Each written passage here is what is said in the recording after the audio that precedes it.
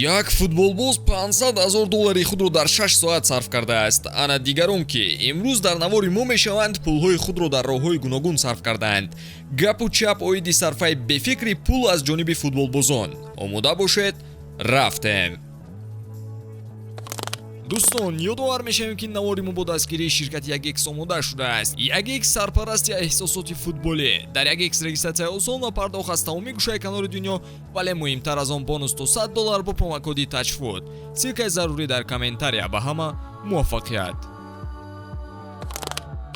аз Ромеру Лукаку сар мекунем. Нигаред.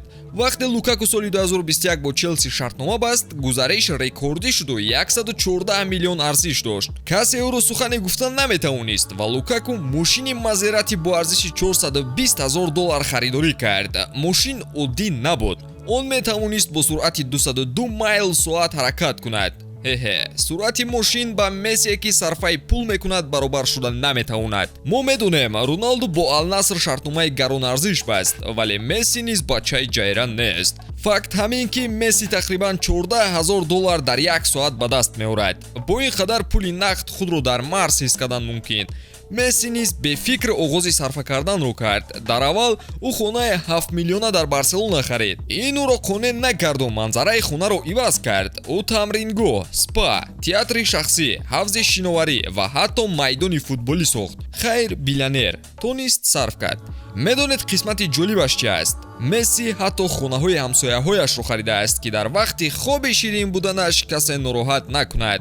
гап сари он меравад ки замоне вақти истироҳати оилавӣ ҳамсояҳо бо доду фиғони худ онҳоро нороҳат карданд. хай, Месси онҳоро пул доду ба дигар ҷо гусел кард. охир ба одобтар рафтор кунед. одами оддӣ не, қаҳрамони ҷаҳон ҳамсояатон аст. ба ҷози ин чизҳо Месси қисме аз пулҳояшро ба даҳонаш сарф мекунад. не, пулро нею чизҳои ғайриоддӣ истеъмол мекунад. қаҳрамони ҷаҳон ки шудӣ, кӯшиш мекунӣ чизҳои махсус ба худат истифода барӣ. масалан, телефони дастии Лео барин. ба гуфти як муаллиме ки моро дарс медод, фолбина ки Месси бо 24 карат тилло рӯйпӯш шудааст ва ҳатто ному либоси миллии Аргентина дар қафояш нақш ёфтааст. ба фарқ аз одамони оддӣ, Месси ин телефонро бо арзиши $21,000 дастрас кардааст. ин ҳатто ба соати қиматбаҳои ӯ наздик шуда наметавонад. Лео соати махсуси худро $150,000 харидааст. дурахшиши ин соат чашми дигаронро кур мекунад. аз шӯхӣ берун, болои соат бо 141 карат алмос ород дода шудаасту назир надорад. албатта на ҳама чизи Месси харидорӣ карда шудааст. вақте шумо дар рӯйхати беҳтаринҳои дунё бошед, баъзан ширкатҳои истеҳсолӣ маҳсулоти худро ҳамин хел тӯҳфа мекунанд, монанди соатҳои Пернал соли 2021. вақте Месси тӯпи ҳафтуми тиллоии худро соҳиб шуд. эй Месси, ин соати ту безеб, ту хубаш дигарашро гир, мо ба ту соати хубтар медиҳем. онҳо соати махсуси тӯпи тиллоии соли 2021-ро маҳз барои Месси сохтанд. Лео ягона одаме ки ин соатҳоро дорад ба ҳисоб меравад. рӯйдодҳои аҷиб, ҳамин хел не? гӯё соати қимат вақтро ба ақиб мегардонда бошад. касоне ки Неймарро мешиносанд медонанд ки ӯ ором намешинад ва намегузорад ки миқдори пулҳояш кам шаванд. Неймар ба намоиш гузоштани худро дар сомонаҳои интернетӣ дӯст медорад. вақте ба Барселона гузариш карду пулҳои хубе ба даст овард, дарҳол ба сарфааш шурӯъ кард. харҷҳои Неймар оддӣ набуд. ӯ мошини Ferrari Spiderро бо маблағи $280,000 гирифт. ана вақте ба PSG гузариши калон кард ки арзиши $260 миллион дошт, Неймар бо $4 миллион Lamborghini Veneno харид. ин мошин барои одамони касалии дилдошта тавсия дода намешавад, чунки суръаташ то 250 майл соат мерасад. имрӯз ин мошин боз қимати баландтар дорад. бале, $6 миллион.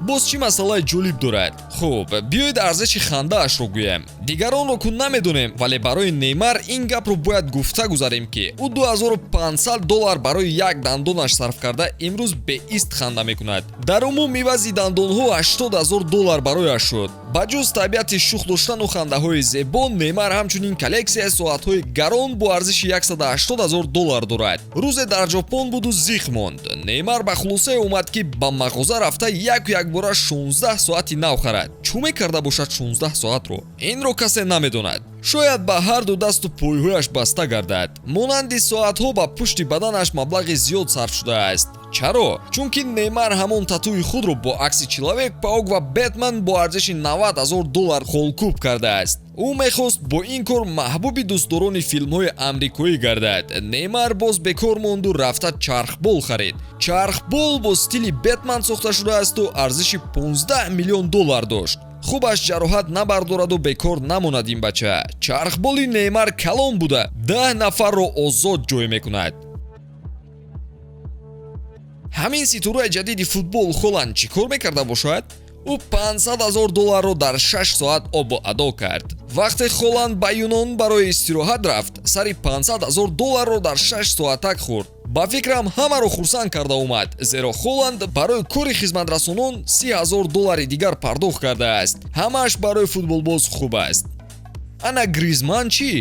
вақте ӯ шартнома бо арзиши $145 миллион баст, худро хуб нишон доданро оғоз кард. болои хурсандиаш Гриз рафта $500,000 барои 1 соат сарф кард. он соат вақтро монанди соати 15 сомонаи ман нишон медод, вале намудаш яке аз камбаҳо дар ҷаҳон аст. Rolex Rainbow Daytona. он соат бо 56 пораҳои алмос ва дигар сангҳои қиматбаҳо оро дода шудааст. ин гуна футболбозон имрӯзҳо зиёд ба чашм мерасанд. соли 2016 вақте Погба бо эмиу шартнома бо арзиши $106 миллион баст, ӯ метавонист чизе хоҳад дар ҷаҳон харидорӣ кунад. Пол Погба ба қароре омад ки Gulfstream G280 харад ки қиматаш $20 миллион буд.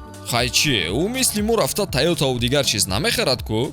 ҳаёти хуб доштан ин худаш хуб аст, вале дастгирӣ аз ниёзмандон беҳтарин мешуд. хуб, барои имрӯз кофӣ аст ва пайгири мо монед ки аз ин ҳам наворҳои ҷолиб дар пеш моро интизор аст. хайр дӯстон.